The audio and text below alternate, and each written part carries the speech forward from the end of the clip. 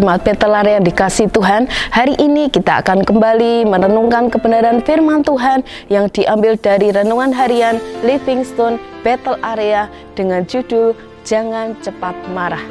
Dalam Yakobus 1 ayat 19 dikatakan, saudara-saudara yang kukasihi, ingatlah hal ini, setiap orang hendaklah cepat untuk mendengar, tetapi lambat untuk berkata-kata dan juga lambat untuk marah.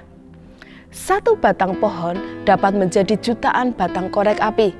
Dan sebaliknya, satu batang korek api dapat membakar jutaan pohon. Begitu pula dengan adanya satu pikiran negatif dapat membakar sekian banyak pikiran positif.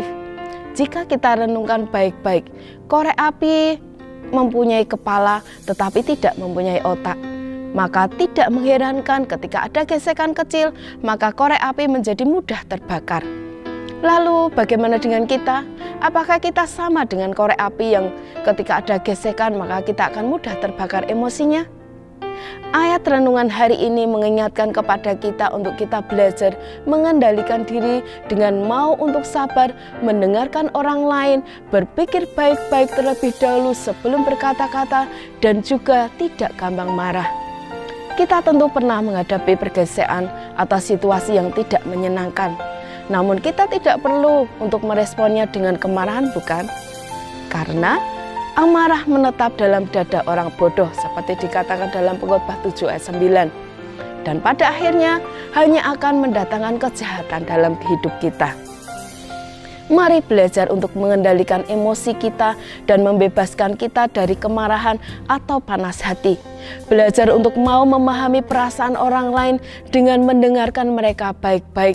Bukan hanya mendengarkan dengan telinga kita, namun juga dengan hati kita. Belajar untuk berhati-hati dalam berkata-kata, jangan lekas-lekas membantah atau memberi jawaban secara emosional, namun berpikirlah baik-baik bagaimana kita akan memberikan jawaban kepada orang lain, supaya kita dapat menjadi berkat dan bukan menjadi batu sandungan bagi orang lain. Jika hal tersebut dapat kita lakukan, maka kita akan menjadi pribadi yang lambat untuk marah, karena sabar dan bijaksana, serta mampu mengendalikan diri dalam merespon segala persoalan. Semoga Roh Kudus terus menolong dan memampukan kita untuk dapat melakukan firman-Nya pada hari ini, sehingga kita dapat menjadi pribadi yang berkenan di hadapan Tuhan dan menjadi berkat bagi orang lain. Amin buat firman Tuhan. Selamat beraktivitas dan Tuhan Yesus memberkati.